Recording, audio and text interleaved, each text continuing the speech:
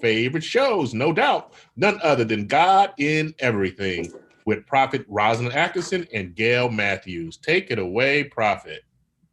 Thank you so very, very much, sir. I certainly appreciate it. Well, welcome everyone to today's edition of God and Everything, where we talk about, you guessed it, you know it, God and everything. We thank you so very, very much for tuning in today. I'm going to ask, like I ask every week, for you to share the live. Start your very own watch party. Call a friend, call a foe, and tell them that God and Everything is on the air. And y'all know how I do it. I do it every week. I do it with my girl. I do it with my ride and live. I do it with Pastor Gail Matthews. And we also have a special guest today in our presence. And we are so honored that she is here with us today, Apostle Cheryl Richardson. We thank God for her. Y'all go ahead and welcome her to God and Everything. And y'all know it's going to be hot and heavy up in here today. So y'all pray for us. And I want you to get on the phone. I want you to get on your share button, get in inboxes and tell folk to come on here, because what we will be speaking about today is going to be life-changing. It is going to help. It is going to heal. It is going to deliver. It is going to set free so many. And so please, please, please make sure that you share it and that you start your own very watch party. Well, y'all know we're going to do a couple hot topics. Y'all know it wouldn't be us if we didn't. And y'all know we got to start off with, our president, he has the coronavirus. I think last week it was coming or happening, or it was noised abroad. That's what was going on. And we know since then, he has been in and out of the hospital, and he has acted as though the coronavirus is just a common cold, which, perhaps it came on him as a common cold. I'm going to give him the benefit of the doubt because that's just who I am. But we have had over 200,000 people to lose their life because from complications due to COVID-19, okay? And so just on the mere fact that one person lost their life due to complications of COVID-19, you do not dummy that down. You do not act as though, it's insignificant. You don't play it like it's not serious. People have lost loved ones. People have lost, mothers and fathers and children. They've lost children, they've lost sisters and brothers. And so people are hurting. This is a time in America's history that, a whole bunch of people are hurting at the same time, over something that they cannot control, And so just to play it like it's a common cold is very, very minimum, just unfeeling, uncompassionate, that's just on a minimum base. We're not even going to talk about the grand scheme of things, because you are the leader of the free world. You're supposed to bring some type, they had a saying in the church, people were saying fake it till you make it, and then the church was saying fake it until you make it. Can we fake it? Can he just stand up there and act like he has some compassion for people who have lost people that they love? And so we saw him get out the hospital and, get in his SUV, and they rode him around town so he could wave at the people that were there to support him or whatever. This is just a mess. What we are seeing is a mess. I don't care how you slice it.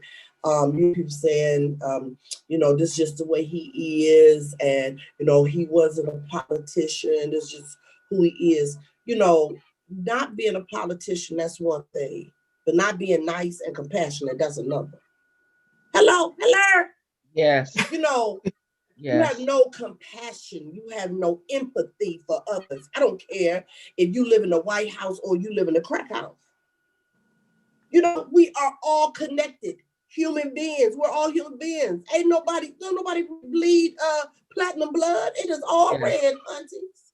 It is all red. So we got to learn how to be compassionate. Even when you disagree with somebody, you don't have to agree with everything somebody says or does to have compassion for them, to wish them well, to want them to, to prosper and to be blessed.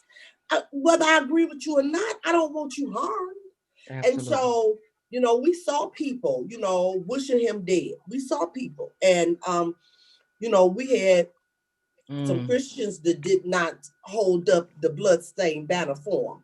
And, I don't wish any harm on him or anybody else for that matter. However, I do understand why people did it. I absolutely understand the why.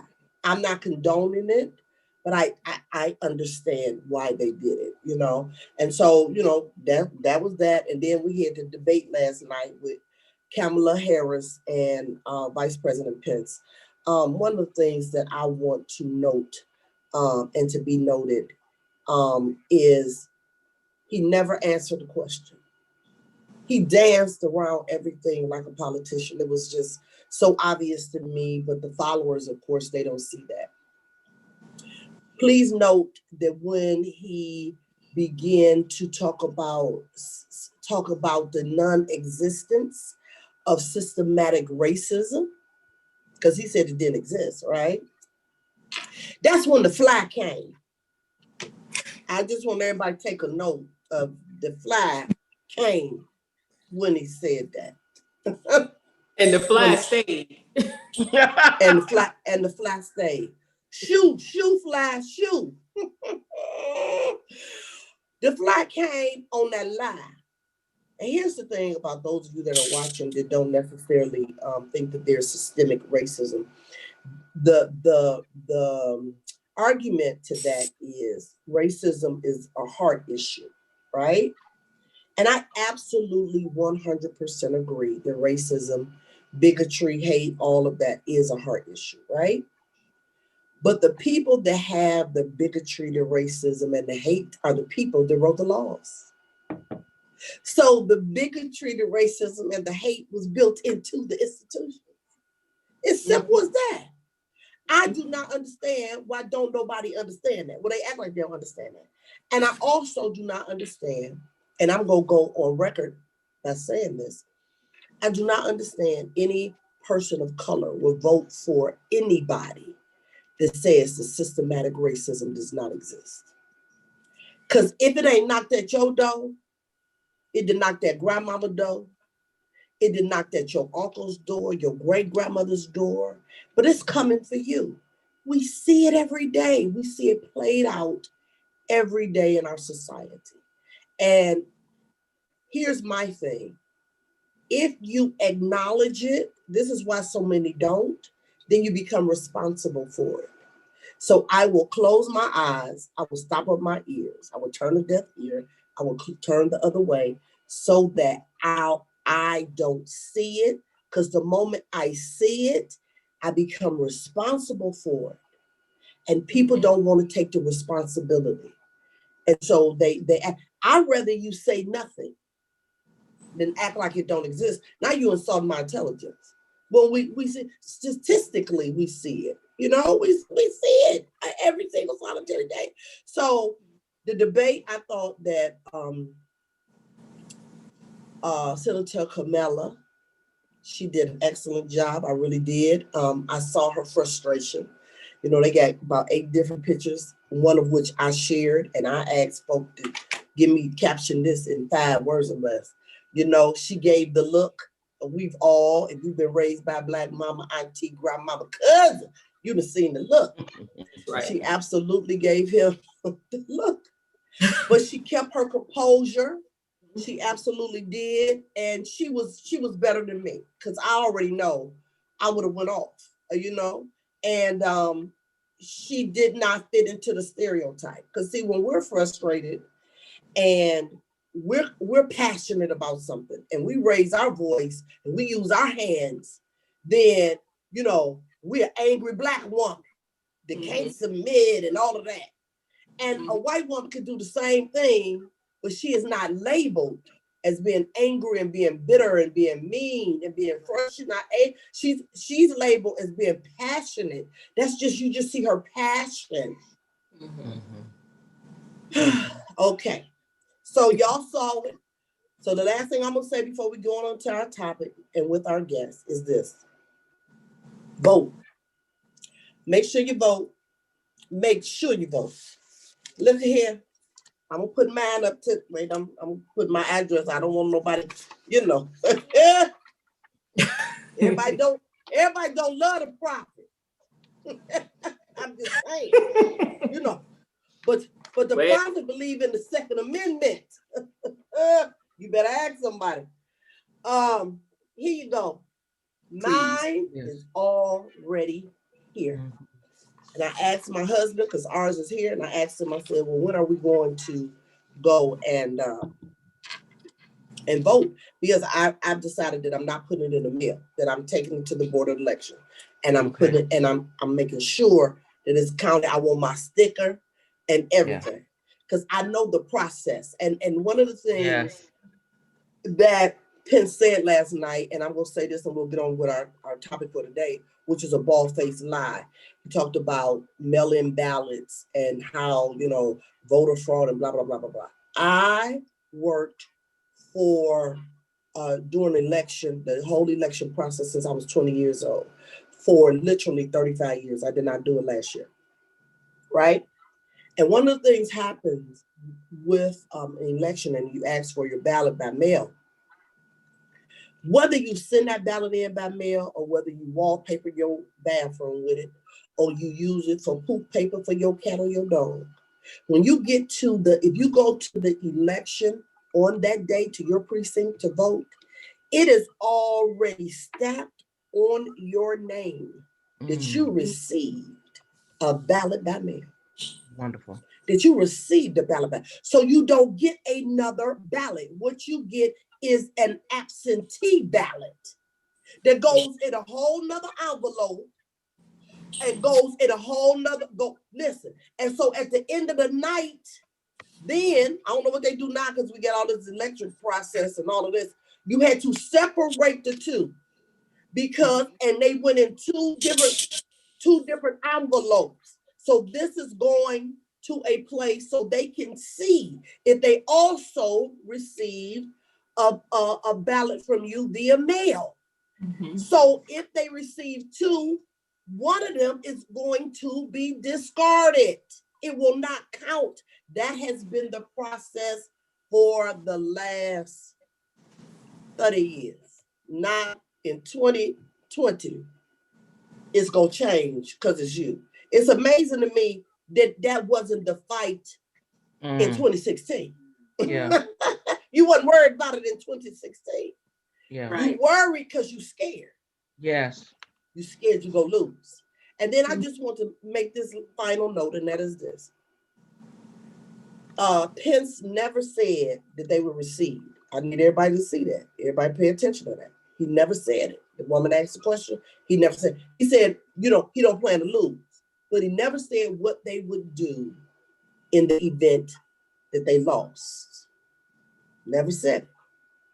Never said it. So I want everybody to be aware of that. And to my intercessors and to my prayers, and to those of you that talk to God on a regular basis around the whole world, but especially the United States of America, please, please, please pray and intercede for November 13th around election time. Please, because there are still people that won't mail in their ballots that won't go to the Board of Elections to vote, but they're going to be there that day. And we want calm, we want peace, we want a great transition, you know what I'm saying? We want people to be able to vote without any interference whatsoever. So I believe that if we come together and pray, that we can have just that. And I plan to be doing a live, just for y'all know. Hello, not a voting live. I'm gonna be selling paparazzi that night. So y'all come on to the live and buy y'all some jewelry on the 3rd of November, because we're not gonna be fooling with what's going on with that. We're gonna have some fun and some giveaways and all of that, and we'll see about that later. Because it ain't nothing we can do about it no way once the polls close. Y'all understand what I'm saying? So just to not have your mind on that and not allow the enemy to torture you or torment, and you watching this come in and the numbers go up and they go down. If he wins this, it's going to be a mess. And that's on either side of the aisle that you sit on. It's going to be a mess. So I advise you to find you something else to do. Get you to hold, watch I Love Lucy, Andy Griffin, or come to the paparazzi party. Okay, all right. All right. Well, we have our very distinguished, honorable guest with us today. And I'm going to read you guys her bio, and then we're going to get right into today's conversation. Dr. Cheryl L. Richardson is an affirmed ordained apostle. Ain't that nice? That's okay. I'm going to just keep going because I can stop on so many points. Prophet and pastor in the Lord's church. She is the overseer and visionary for Lion of Judah Global Impact Ministries, established in 2009. A career Air Force veteran, having served as the commander for the largest unit on her base, a career mental health professional and administrator for 30 plus years. She is a passionate advocate for domestic violence. That's why she's here. For domestic violence victims, having experienced and witnessed domestic violence as a child and young adult. She is a published author, Spiritual Contractions, Birthing Your Vision from Conception to Manifestation, and Strength for Your Journey, Navigating the Waters of Life. Her books are published by Rosalyn Press and are available, Rosalyn Press, and are available on Amazon or your local bookstore. She is the founder and CEO of Judah Roar Domestic Violence Awareness Initiative, Inc. And this woman has a blogger. She's a blogger for judahsroar.com. She has a YouTube channel, Judah Roar, and y'all need to find her. Okay, you need to follow her on Facebook, all of her social media outlets. You need to connect with her. She is a woman of God. I met her through Victoria. Victoria is my web designer, and she does all my flyers and all of that. And Victoria told her about me or whatever, and she read the book, and honey, it's been just on and popping. Our first conversation was last year, and I think we talked the first time for maybe 3 hours. I think the second time we talked for 2 hours, or vice versa. It just was so good, the anointing of God that's on her life, the grace of God that's on her life. She is pleasant, she is authentic, she is real. Y'all know I ain't doing nothing else but that. She flows in the gifts of the Spirit. She ain't spooky, she ain't weird, she ain't none of that. And she just speaks truth in love. And y'all absolutely know I love that. And so I want you guys to give her a good God and everything welcome to our guest today, Apostle Cheryl Richardson. Hey, girl. Hey, how you doing? How y'all doing? Hey, Pastor Gail. Hey, sweetie. How are you? Great. Listen, And you? I'm grateful. I'm grateful for your invitation, and you were one of the people that I actually interviewed on my YouTube channel.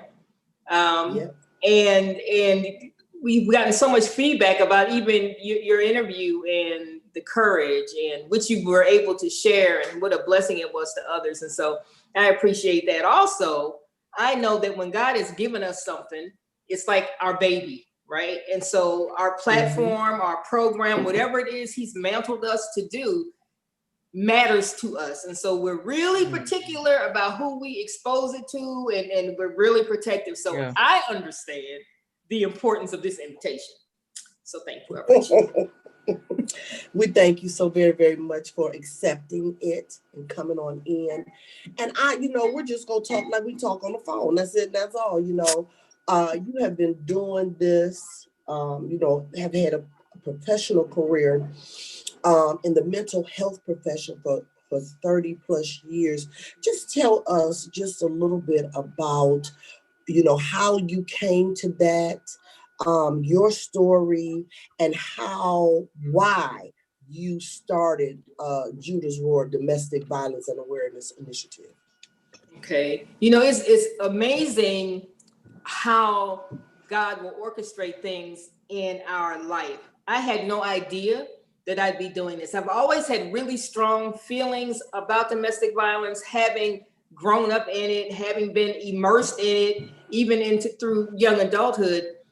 And I've always posted randomly about this is wrong, but I had no idea that I would be mantled to this work. I had no idea. As recently as 2 years ago, This was not on my to-do list. This was not a thing I was aspiring to do. It's just something that God has placed in my spirit, and I live, breathe, sleep it. I'm constantly thinking about it, and I'm constantly praying about what more can be done. What more can I do? Mhm. What else can be said? How else can it be presented to save lives? Because it is just that serious. It's just that serious. And it's infuriating. It's infuriating to me, the apathy and the complacency, even from those who are survivors, who once they get out, don't want to think about it anymore. And I'm thinking, what? That means that you're the only one that benefits from your experience. The devil is alive, okay? And I let him know years ago, you keep messing with me, I'm going to turn it into a book, a seminar, a webinar. I'm going to tell people how not to get in it in the first place. And I'm going to tell them how to get out if they do get in it. Yeah. So, you know, it's just, I refuse to allow what I've witnessed and what I've experienced to be limited to only me. I don't believe that God wants any experience that we have in our life to be wasted. You know what I'm saying? And so I just can't. I've had people come stay in my house, men and women, who were victims of domestic violence. Wow. And I can't tell anybody, do what I've done. I wouldn't tell you that, because when I look back, I'm thinking, God was showing up with me when I did that. So I'm not saying that people have to do what I did, because I look back and I marvel and I'm still here, given what I did there. Okay. But the Lord is good. But there's something that all of us can do. There's no reason for no individual has an excuse for doing absolutely nothing. You can support advocates like you or myself or some other advocates. There are advocates. There are plenty of us out here. You can support us financially. You can share our post. That only takes a second. Click the button, share it. Share it, because you just never know. And it is mind-boggling to me, because I've had other professionals reach out to me and say about different broadcasts that I've done, I had no idea about that. We assume that people know things that they don't know. They don't know about gaslighting. They don't know about trauma bonding. They don't understand. And I'm talking about other professionals, other clinicians, other therapists, right? Because if this isn't your specialty, then you don't know all of that. Okay, so this is why any therapist can't necessarily help you in your situation, because this is not their skill set. It's not their specialty. So you asked how I got started in this. I grew up in it, and I think that's one of the reasons that I decided to become a therapist. I always wanted to understand why my father behaved the way he behaved. He was an alcoholic, but that's not an excuse, because alcohol and drugs is only an excuse. It's not creating an individual. It's not creating their character. It's just giving them permission to act a fool. That's all it does. And so it's not putting anything in there. It's letting them release what's already in there, right? The Bible says out of the abundance of the heart, the mouth speaks. So it can't come out unless it's in there in the first place. So so we're talking about heart condition, and I heard you mention heart condition earlier. And this is something that God has to deal with, and the person with the jacked up heart has to submit that jacked up heart to God. He's not going to hijack them and kidnap them and snatch their heart from them. That's not how this works, right? So, growing up in that situation, seeing how volatile things were, I developed this, and at that point, I was raised Baptist. I didn't know nothing about a prophet or an apostle. They just thought I was strange, and I just knew stuff ahead of time. And people either really wanted to know what I knew, or they really didn't want to know nothing I knew, right? Absolutely. I was strange. And so, don't tell me nothing, or just tell me everything, which is typically how I navigated childhood. Is the truth. It's how I navigated childhood. But my father and I were close. See, this is what's confusing to people. I had a close relationship with my father. He bought me whatever I wanted. If I wanted a water ice, I got a water ice. If I wanted a soft pretzel, I got a soft pretzel. It could be 10 minutes before dinner, right? But he was horrible to my mother. And I had other siblings. I had 3 siblings that were like 10 and 11 years older than us. So it's almost like 2 different sets of kids. And then I had a younger sister. that I was really, really protective of.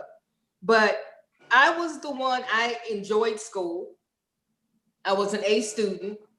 I wasn't a problem.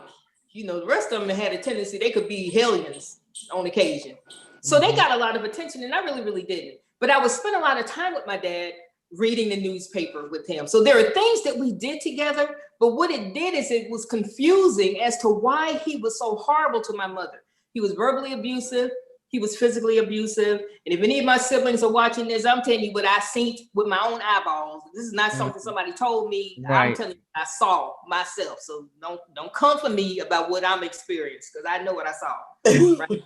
Don't even. So don't do it. Bad idea. Ain't but one of us coming back. So listen. So he was horrible to her, and he was really nice to me. And so that was really, really confusing. And I mention that now because as you get older and move forward, it causes problems, because you don't really know how to discern. It's like, well, he's not all bad, right? So you get into that accepting behavior that's not acceptable because it was countered with what seemed to be positive behavior at the time, right? And there's no way you can abuse a parent without damaging the child that's observing this, or damaging the child who now has to be cared for by a parent who is distracted by the abuse that they're experiencing, right? And so my mom she was a great mom, and she was protective. We left my dad when I was 8 or 9. I helped her pack. She told me that we were leaving him. We didn't tell my little sister anything because she was the skittish, nervous, you know, she might tell, being scared or whatever. And so at 9 years old, when my dad left for work, I jumped up and started packing up the house. So I had to grow up entirely too fast. I saw entirely too much at a young age. I saw and witnessed things that I never even let my mother know that I saw and witnessed. I just didn't even want her to know that I was aware. So I never said anything to her about it.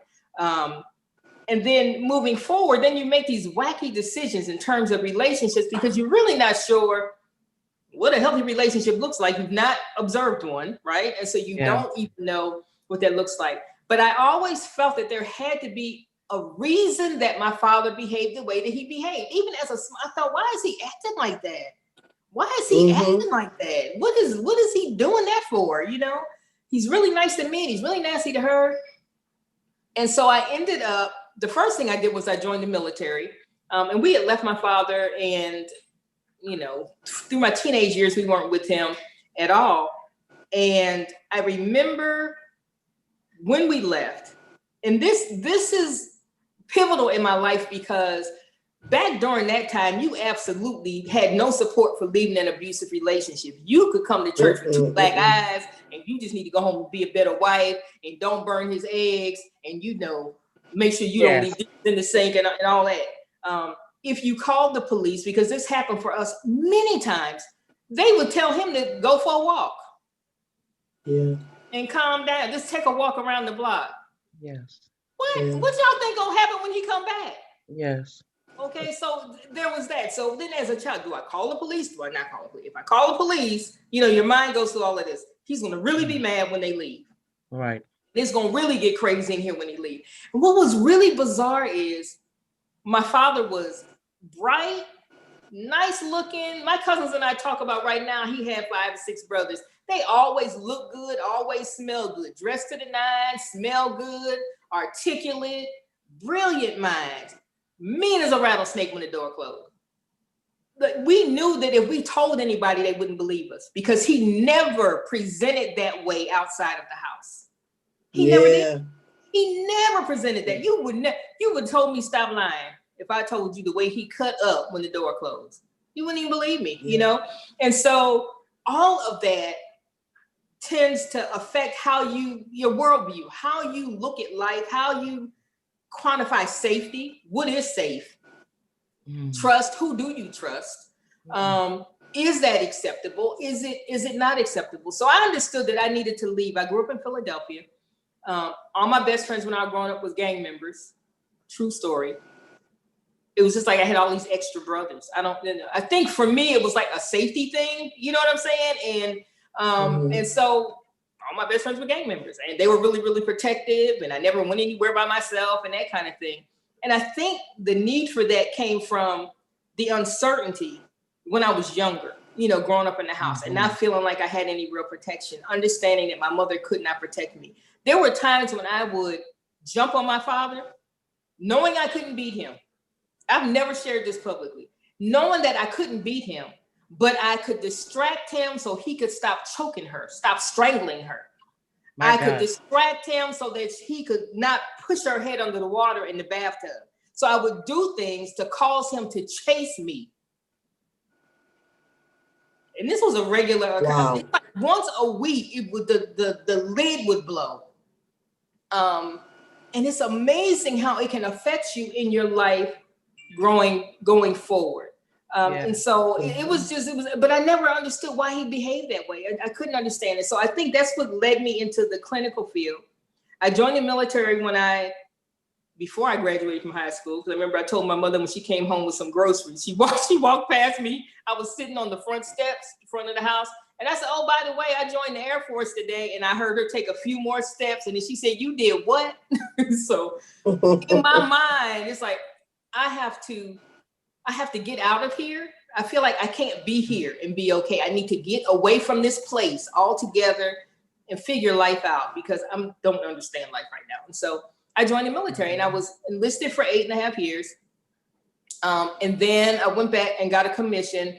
And the Lord just led me into psychology. And I remember the people at church being petrified that they said, baby, don't leave God, when they found out I was studying psychology. I'm like the whole church. They was like praying for me that I would not leave God. And I'm thinking, but God told me to do this. So I don't know what y'all talking about. It was, and again, I didn't know anything about being a prophet. I didn't know anything about being an apostle. I just know I felt like I was supposed to pursue this course of study. And looking back now, it all makes sense. But there's always been obstacles and there's always been resistance. And much of it came from within the church. I'm bringing it up on purpose, okay? So a lot of the opposition, and they meant well. So sometimes we mean well, but what we are doing is harmful and it's damaging. Yeah. Sometimes we mean well, but it's based in fear.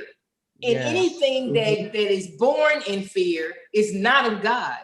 It's not of God. He's not scared of anything. Okay, so if it comes from a place of I'm scared, then it's horrible advice. 99% of the time, it's not good advice. They might mean well, but the advice is gonna get you in a jam if you listen to it. So I didn't listen to them, and I studied, and I graduated with honors, and I went on to work with every single population.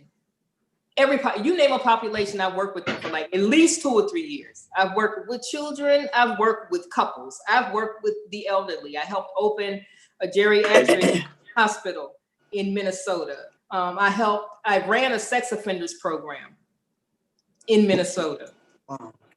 I was the second Black person in the whole town.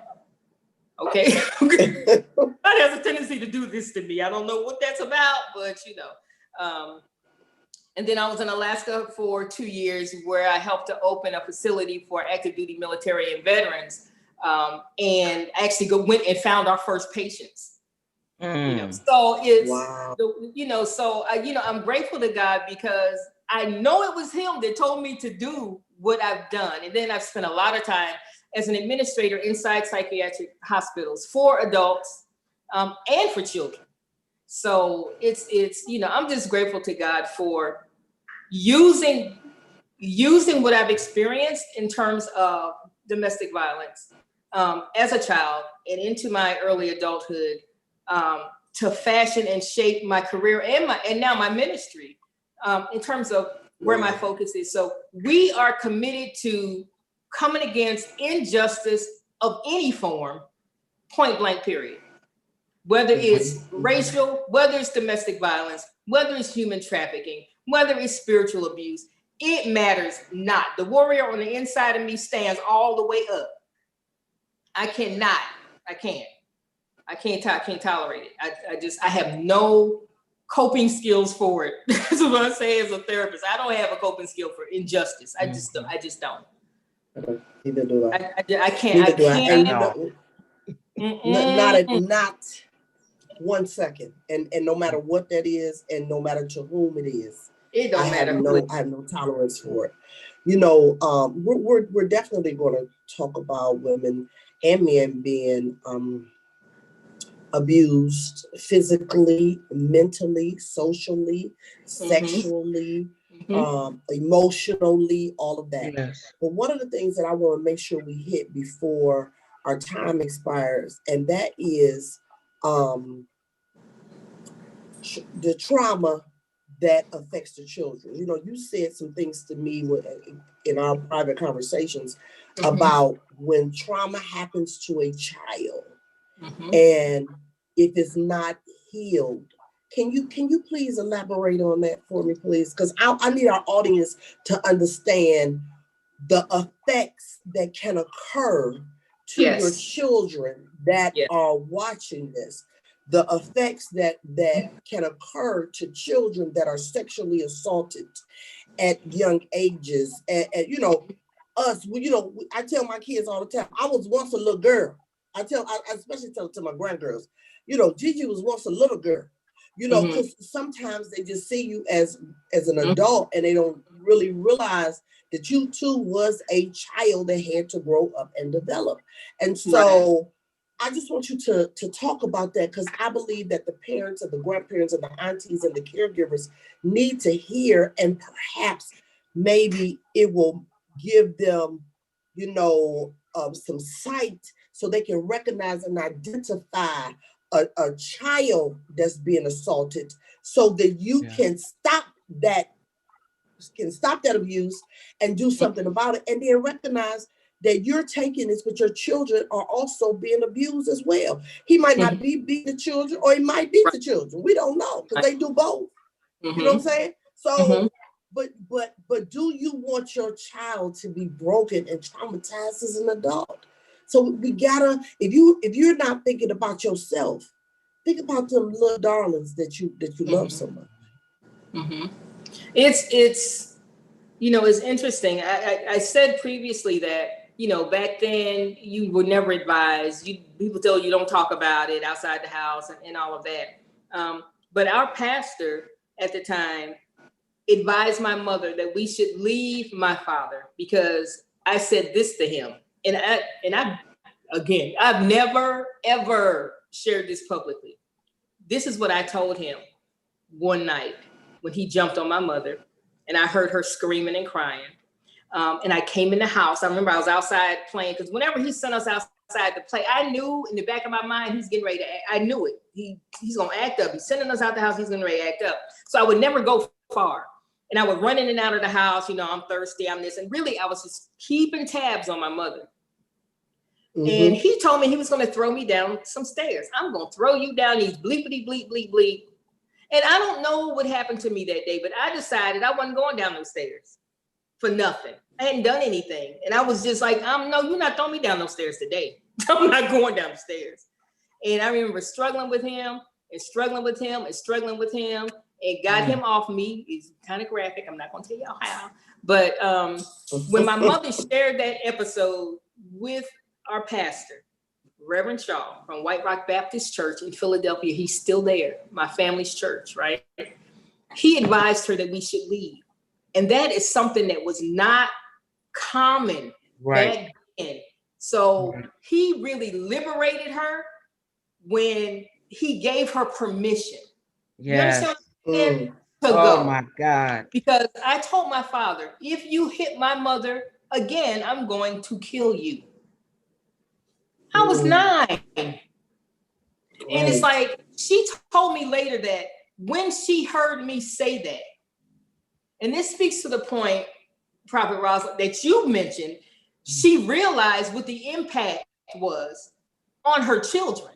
She realized the extent of the impact when I said that, because my dad and I, we were close, right? I mean, I went everywhere he went and all that kind of stuff, but I was like, I was over it. I'm like, no, this is wrong. Even when I was little, this should not be happening, right? And so what I want parents to understand is this: you know, it's complicated. It's the worst thing we can say was just leave, just leave. You need a plan because it can really get worse. As bad as it is, it can really get worse. Yes. You need a plan. And so I need people to stop telling folk, well, you should just leave. And if it was me, then he wouldn't. You don't know what you would do if it was you and it was him. So stop, don't do that. You know, just don't say anything. If that's all you got, right, just don't say nothing. Yeah. Just pray for him and say nothing. Okay. So it's complicated, but trauma rewires the brain, even in the adult. And I mean, it physically changes the brain. The volume, if you were to weigh it, the weight is different, right? My and God. so it impacts. it's amazing. There's a logical reason why people can't just leave, because what they're working with is not what they started off working with. Oh my right? God. Whatever their mental capacity was when they entered that situation, that's been changed over time. And you've got chemicals running around, crashing into each other, unregulated. So you've got irrational decisions. You have an impaired ability to assess danger, to assess your ability to survive what's going on.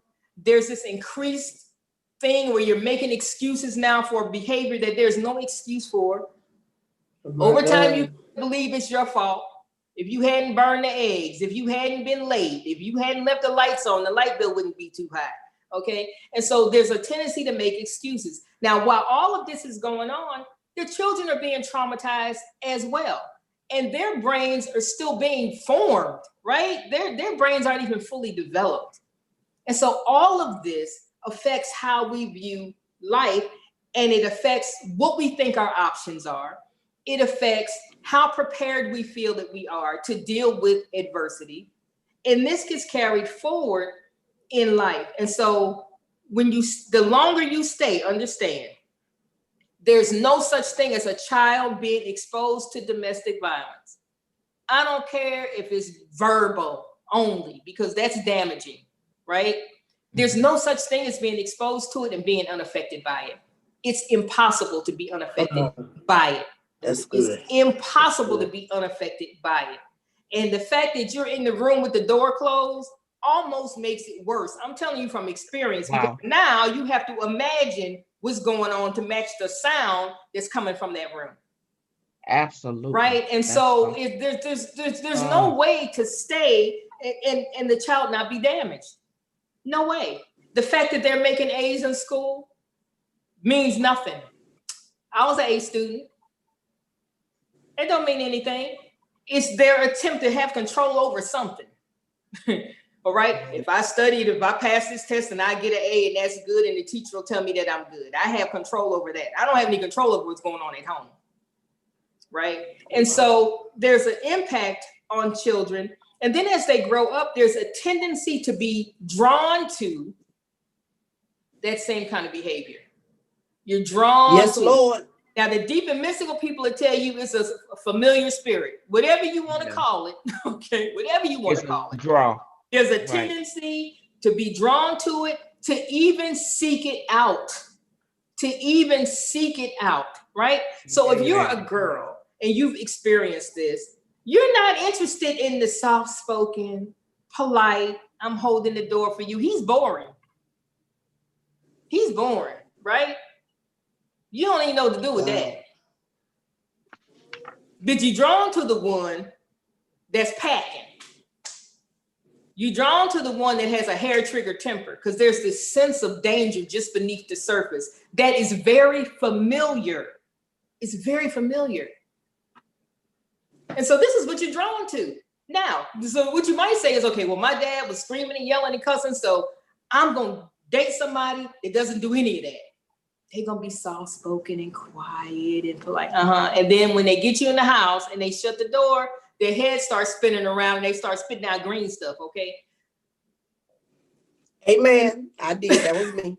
Mm-hmm. And the problem is that our perception. So here's the thing. Is that a forever thing? I mean, it damages us emotionally. It damages us in terms of our perceptions, how capable we feel and all of that.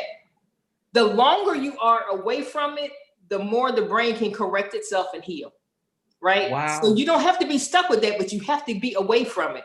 What does that mean? Yeah. That means that you can't leave one abusive situation and go to another abusive situation, which is exactly what you will do if you don't work on this stuff. You will do it despite your best efforts. You will do it despite your best efforts. You will. Yeah. And you're not even, and you're trying not to. I'm not going to do that. And you will end up with that joker. Have mercy. That is the same thing in a different suit. That Have same mercy. spirit for the spiritual folk in a different suit. That same devil in a different suit. And nice cologne. And he may have a profession. He might be totally respectable in the community. He may be a pastor. He may be a bishop. I was going to say that. Yeah. He may be an apostle. And you know, attorney, a police officer. What is so amazing to me is that the church acts as though domestic violence is not real within the confines of the four walls of the church. And that is a lie. I experienced domestic violence, and I was a member of church for years and years and years. I've only been in 2 churches my entire life, and I got married in the first one and went on to the second one, and was being abused when I was prophesying, when I was preaching, when I was teaching Sundays, when I was laying hands on the sick and they was recovering. I was still going home to somebody that was verbally abusing me, that was neglecting my needs. You know, abuse and neglect, they are twins. Neglect can do just as much damage to a person as abuse, a physical punch can do to a person. And so we act as though in the church that those aren't the thing, because that's not what's going on, because we speaking in tongues and we dancing and shouting. The devil is a lie. Sometimes the pastor's wife is going home to a fist upside her head. She has to walk circumspectly. She has to walk softly. She can't make a noise. Everything has to be just on point. I will never forget in my entire life, there was a couple that went to our church. Now look, I'm being abused, but my abuse ain't like theirs. We do that too. We make excuses. The sliding scale. Mine ain't that bad. My ex-husband wasn't beating me, and he wasn't intimidating me, like that. So mine wasn't as bad as hers. So her husband was a beater and an intimidator. And I will absolutely never forget, I will not mention these people's names. They are since divorced. He has went on and married a woman that looked just like her. And I don't know what he's doing to her, because I'm not privy to that information. Okay. And when I say just like her, if you put them next to each other, you would think that they was twin sisters for real. And so anyway, they had just purchased a 3-family home, and they rented the 3rd floor and the 1st floor, and they had a boy and girl back to back. The kids was barely 11 months apart. And we had came over her house, and when I tell y'all, you could put your macaroni and cheese on her floor, not on the plate and put the plate on the floor. You could put it on the floor, your fried chicken. This is how clean this woman's house was, right? And do you know, she told us she had cleaned that house like that, and this joker comes home from work, and she'd have made his favorite meal and all of that, and told him, look, I'm talking about sparkling Mr. Clean. Do you know he put on a white glove? Oh, please, Jesus. And went across the windshield, the windowsill, and said, you missed something. Yeah, he was absolutely ridiculous. I'm talking about absolute. And she ain't leaving for that. And here's the thing. That was ridiculous. He has been physical with her, definitely emotional, definitely intimidating and manipulative and all of that. And for none of those reasons, he left. I will never forget, we had a Christmas, a New Year's Day party and New Year's Day fellowship. And he was supposed to come with her, and he did not come. And she came in, my deceased best friend, God rest her soul, came in her house, and she looked at us, because we all used to pray together. She looked at us and she said, I'm divorcing him. And we was like, no, you ain't, because that's all we've been saying. When you gonna leave him? What are you doing? Why are you allow him to do blah, blah, blah, blah, blah. She said, I am leaving him. Him not coming was distraught. You would think that that was something simple. She was tussling with them 2 babies, and that man did not come, and everybody else is there and all of that. And she ended up divorcing him. It blew him out the water because he thought she would never leave. But she left his behind. And he was so heinous.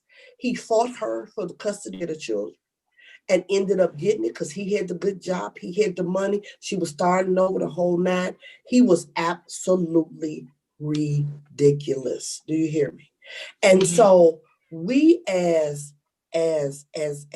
leaders in the church, we have to be able to recognize and identify. But here's the thing: when a woman comes to you like your mom did to your pastor, he said, leave. This foolish advice and guidance and alleged wisdom that you saying come from the Lord is a mess. Is a absolute mess. You telling people to stay where they getting their head beat in. You telling people to stay where he is not making love to her, that he's raping her every night, doing whatever he want to do to her every night. And you telling somebody to stay in that the Lord won't want you to stay. No, the Lord don't want you to stay. No, he don't. Absolutely, he does not want you to stay. And we have to stop that. And we have women crying out to these pastors, and they are not giving great advice. They're crying out to the pastor to perhaps talk to the husband that's in the church. And these men is Millie Mouse and shucking and jiving around the truth, never getting to the truth, never getting to the root of it. Right. And these women are still going back into these volatile environments. And we got to stop it.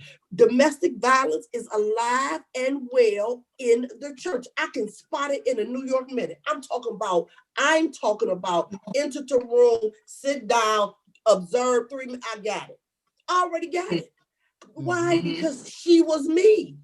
She was me. And the kind of man that I had your father, who was wonderful to everybody on the outside, but was absolutely horrific to me. And so everybody on the outside sung his praises and thought he was an absolutely wonderful man, was decorated like a general at RTA with all the accommodation buttons that he had, their own hat, their own shirts, their own jackets, because you are so wonderful to these people riding the bus. But you will come home to me and could be pouring yourself a glass of water, and I could swish, shoot you over a glass and say, pour me some, and you put the pitcher down and tell me to pour it myself. Hello. But we had these, and went to church, was the loudest hallelujah in the church. Listen, I had a woman tell me, inbox me, she says, can I ask you something? I said, sure. I don't know her for Facebook friend. She says,